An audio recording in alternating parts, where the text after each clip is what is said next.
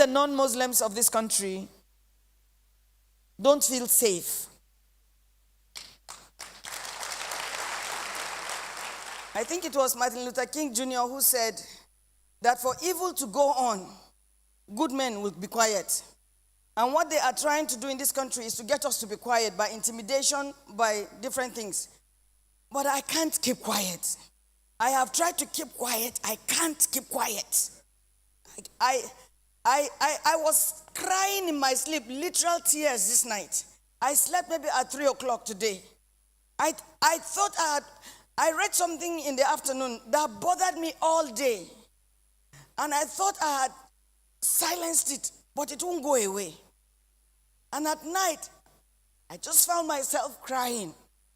I want Mr. President to see this, because my address is to the president again. My address is to Mr. President. That number one, Nigeria is not an Islamic country. Nigeria is not an Islamic country. Nigeria is a secular state. Nigeria is a secular state. Nigeria is a secular state. It's not an Islamic country. Nigeria has never been and will not be. It will not be in the name of Jesus Christ. There are Muslims in Nigeria. There are Christians in Nigeria. There are Buddhist animists in Nigeria. Nigeria belongs to all of us. And not one religion will be highlighted or preferred or lifted up above the others. And I know we live in a nation of impunity where leaders do what they want because they know we will not say anything. They know we will take it. And so they will keep doing it. But as long as some of us are here, as long as God allows us to be alive, because it is God who keeps, we will keep speaking. I am still disturbed at the silence of Mr. President over this mayhem, over this evil that has overtaken our country. I am disturbed. I can't hold my peace. What is this? That a people can go to a community and wreak havoc. Or as we are sitting here in church, in this AC, feeling good, praising Jesus and all, there are some people being kidnapped in the bush right now. There are some people being raped by Fulani, herdsmen, and by bandits or whatever you call them. Whoever it is that it has invaded our country is the sole responsibility of Mr. President to control that. Now, I don't care what anybody says, because I know that there are people who will argue and say it's not the president's fault or anything. But to the best of my knowledge, everything that happens on this campus is my responsibility. Everything that happens in this family worship center grounds, in this church, in this ministry, is my responsibility. If it is good, I give it to the people. If it is bad, I carry it. It's my responsibility. Everything that happens in this nation is Mr. President. What surprised me, sir, is you have not said anything. You don't say anything. The only time you speak is when IPOB does something. But when the other ones do things, we don't hear anything. The particular story I'm going to read this morning is not, I've not verified it, but it is exactly what happened to somebody in this church. Exactly. In fact, the one in this church, maybe not as worse, because you can't quantify, you can't grade them. But I'll tell you the little difference between what happened to that person and what I'm about to read. And it's not the first one, it's not the second one. This one just happened to have come to me yesterday, and it gripped my heart, and it reminded me of the other ones that I know of. The other ones that I can say, this is... So this person articulated it so well, and it broke my heart. This happened to a Muslim woman, but this is a long story, and I'm going to read it. So this woman came from somewhere, maybe America, or London, or from somewhere outside this country. She's a Nigerian with her husband, Muslim, committed Muslim people. I have tried to hold myself, I can't. So she writes, it took me a long time of reflection to put this piece together.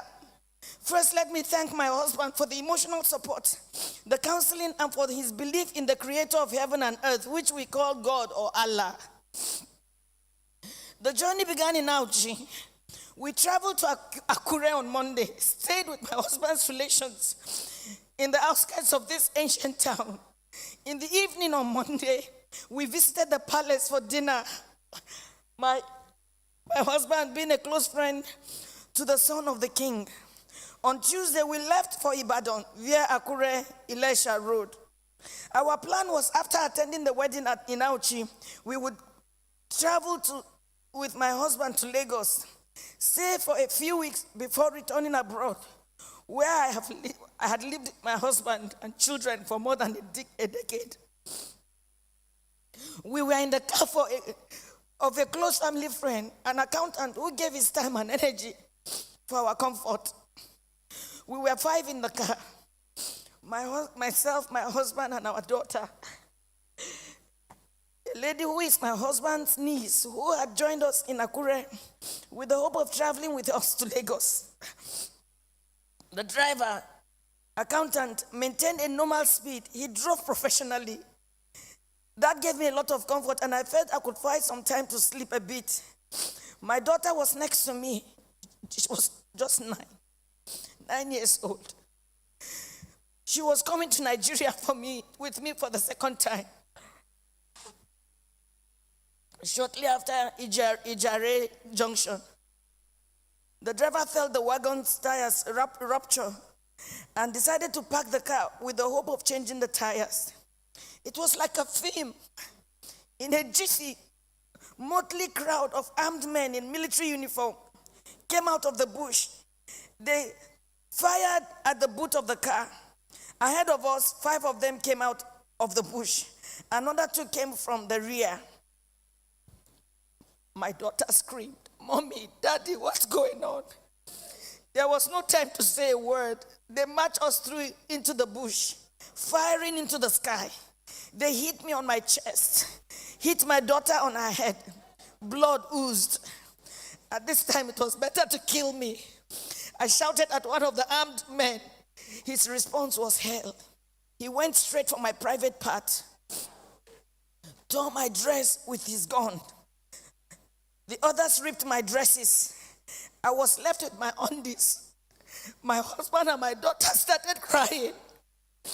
2 of them dug their teeth into my breasts. While attending a secondary school in Adamawa, I had lived with some Fulani, so I understood a few Fulani words. I started pleading, at least for my daughter. To my shock, at gunpoint, they removed the dress of my little girl. One of them carried her on his head as my baby struggled, shouting, "Daddy, Mommy, what's going on? Help me." I could not help myself. We marched for 9 hours. I was half naked. My daughter was totally naked. Her tears was like a stream of blood on her cheeks. Our phones had been seized. We ended up in an ungoverned region in the thick of the forest. We met a well-organized group. There were some kidnapped victims. I saw 2 women, 2 ladies and 3 men. There were some people with their legs chained to trees. They were as if half dead. We were separated. I was separated from my husband. My daughter was taken away. I only heard her screaming intermittently. I did not know what they were doing to her. These men, now about 2 dozen, had a full kitchen. They had a huge camp and a traditional medical team. How can they say they don't know where these people are? How can they say that? But the camps appeared isolated from each other. We heard noises afar, indicating it might be nuclear settlements of camps.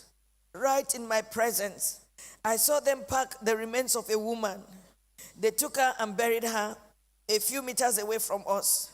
She had tribal marks. I cannot describe the agony of 6 days in captivity in this little piece. I cannot talk about how they asked my husband to choose between myself being raped or his daughter being raped. My husband broke down in uncontrollable tears. One of them hit him saying, "Yoruba bastard, you dey cry, idiot." They now gave him an option that he should be raped by one homosexual among them. My husband, a devout Muslim. My husband is a devout Muslim. He told them that homosexual and rape of any kind was against Islam. They hit him with the butt of AK-47. What do you know about Islam? You can imagine, you are being asked to choose between being raped by a homosexual, your daughter just 9 years old, or your wife being raped. They gave the fourth option. If you fail to choose one, we would rape your daughter, rape you, the man, and rape me, the wife. I made myself the sacrificial lamb. My husband begged, saying they should name any price. One of them asked him to bend down. 3 beastly criminals sat on his back, jumping until he was too weak to stand.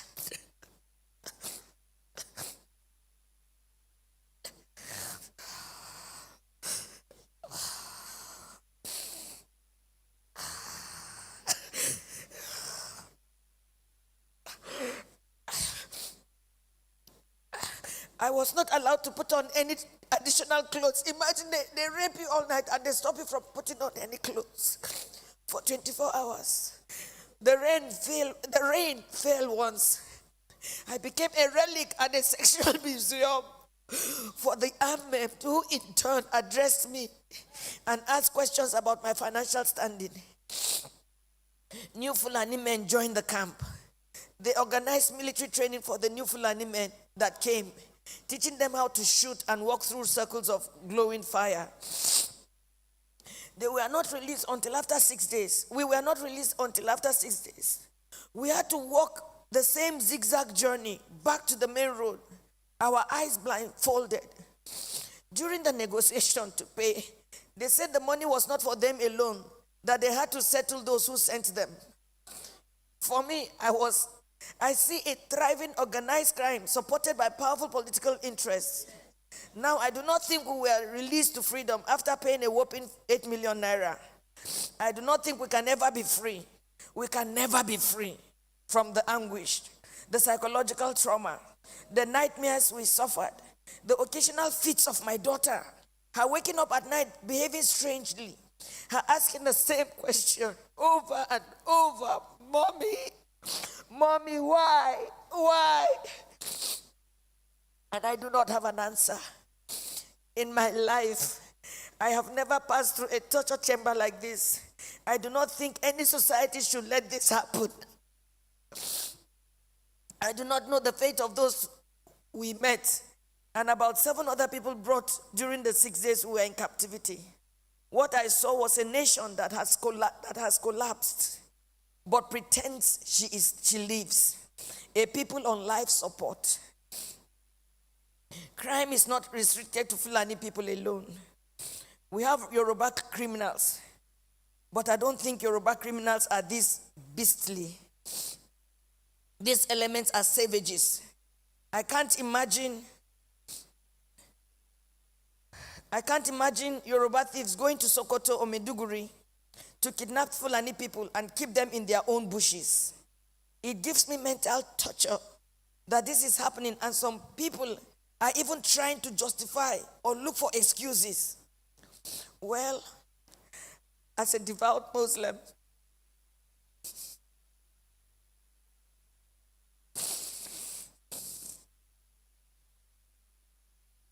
myself and my family have taken solace in Allah.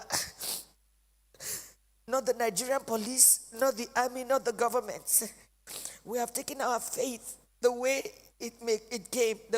This is supposed to be fate. I thank God that we successfully returned to where we live, thousands of miles from Nigeria. We thank God that we have made a vow. Never shall me any of my children or husband in our lifetime visit Nigeria again. Our remains, anytime we die, will also not be buried in Nigeria. It was a suggestion my daughter made, which we all adopted. I pity the country. I pity her people who continuously walk like the living dead. I pity those who parade themselves as leaders because they know nothing about what is going on and the abyss the country is sunk already. I pity Yoruba people. Oh, I pity you. I pity my people. For me, the issue is not about President Buhari. Democracy can produce anything, even the worst in the society. What I worry about is the conspiracy of silence by the people themselves, the ignorance, the treachery, and the illusion that one day things will get better through another election. Since I was born in Nigeria, each year had led from bad to worse and on and on. I do not have a solution to what is going on, but I think very soon hell will let loose upon the earth as long as there is no law and order and anarchy and the rule of brutes in the order of the day. Once again, there can never be anything more comforting than my husband, who saw what I went through, but was able to encourage me, and even encourage me to write this little piece after months of agony and sociological imbalance. Good night, Nigerians. I told you that there was a little difference between this particular case and the person in our church that this happened to. After a lot of them sexually did whatever they did, she started bleeding. They took sand and shoved and pumped into her to stop the bleeding. So this, I'm not reading what I haven't heard. I'm just glad that these people articulated their own. Mr. President, sir,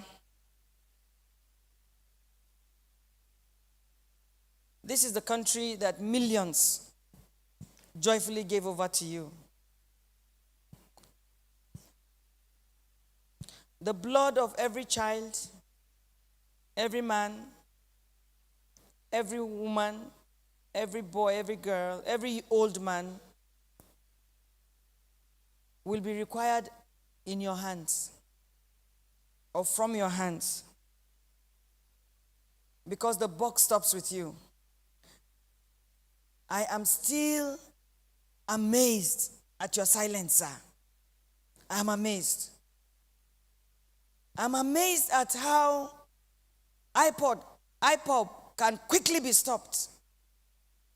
And this goes on, and I have never heard your voice saying this is wrong, let it stop.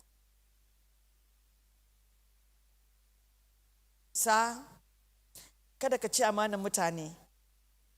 Allah ba azalumin kowa bane. Abinda kowa ya shuka shi ma zai girba.